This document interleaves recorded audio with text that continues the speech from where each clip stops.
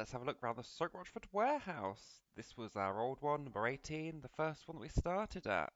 We very quickly outgrew that and moved into Unit 3B.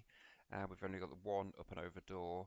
This area is for booking parcels. We tend to try and keep a bit of a flow through design. It just helps keep things nice and neat. Excuse the mess, it's the end of the day, so a little bit messy.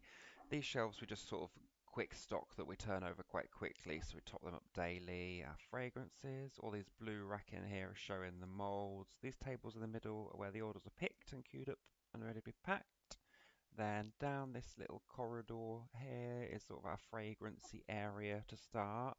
And at the very end is where we cut soaps and weigh out kaolin, SLSA, things like that. This area is more for sort of bulk storage, so the bigger items that we're decanting down, ready to be picked off the shelf. Moving on to lots of soap. There's our booking area. Thank you, bye.